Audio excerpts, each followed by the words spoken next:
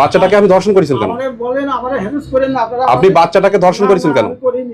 তো বাচ্চা তো নিজের মুখ থেকে বলেছে ঠিক আছে, সবই ঠিক আছে, আমিও বলতেছি ঠিক আছে। হ্যাঁ, দয়া করে আমাদের এইভাবে তো এই কাজটা কি আপনার করা ঠিক হয়েছে?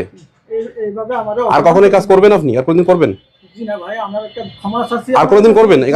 ক্ষমা চাচ্ছি আপনার ভুল হয়েছে, আপনার ভুল হয়েছে, আমি একবার স্বীকার করতেছি আমাদের মারি। আপনার ভুল হয়েছে। আর কোনদিন করবেন? জি না। এই অপকর্ম আর কোনদিন করবেন?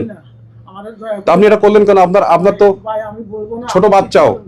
ভাই আমাদের দয়া করে আমার অপমান করেন না ভাই, আমি দয়া করে ১৩ বছরের নাবালিকা ধর্ষণ কাণ্ডে উপজেলা কলেজ রোড নওপাড়ার নাজিমউদ্দিন মিজান নামের এক কথিত বিএনপি নেতাকে ম্যানেজ করে ভিকটিমের বাড়িতে হুমকি। সম্প্রতি নওপাড়া উপজেলা কলেজ রোডের ডিপার্টমেন্টাল সেন্টারের মালিক নাজিমউদ্দিন পার্শ্ববর্তী ১৩ বছরের বালিকাকে কৌশল করে একটি কক্ষের মধ্যে নিয়ে ধর্ষণের অভিযোগ তুলেছেন বালিকা নিজেই।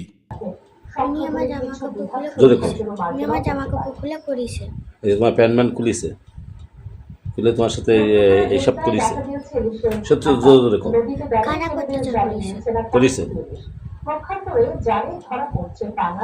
আপনি এর সাথে এই করলেন কেন? এদিক তাকান, আমার দিক তাকান। ওর সাথে এইসব করেছেন কেন? জোরে কোন কলাপ কথা কন না কেন? বাচ্চার সাথে এই করেছেন কেন? কথা বলেন,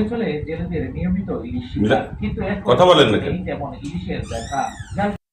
নাজিমউদ্দিন ওই বালিকার পূর্ব পরিচিত।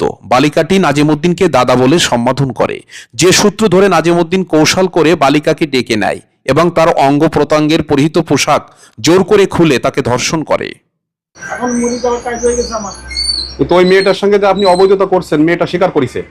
দেখেন আমি যা বলি, আমার কথা হচ্ছে আমার একটা সমস্যা আছে, আমাদের দয়া করে আমাদের বিপদে তো মেয়েটা ও কথা বললো কেন আপনার বিরুদ্ধে? দেখেন আমি বলতে পারতেছি না ভাই, আমাদের দয়া করে আমাদের মাইরে ফেলাইয়েন না আপনারা।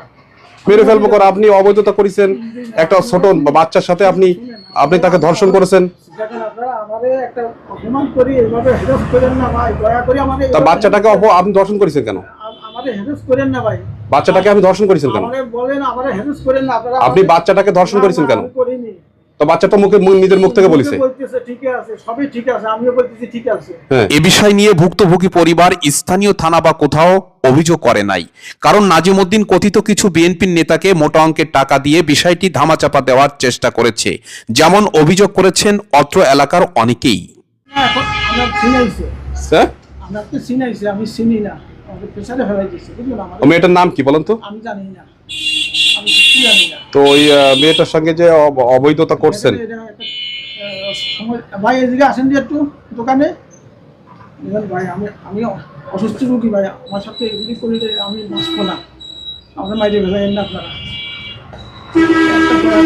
বালিকা ধর্ষণের ঘটনাকে কেন্দ্র করে সংবাদকর্মীরা নাজিমউদ্দিনের কাছে জানতে চাইলে নাজিমউদ্দিন প্রাথমিকভাবে বলে, আমি অসুস্থ, আমাকে ক্ষমা করে দাও, এবং বিভিন্ন রকম তালবাহানা করতে থাকে।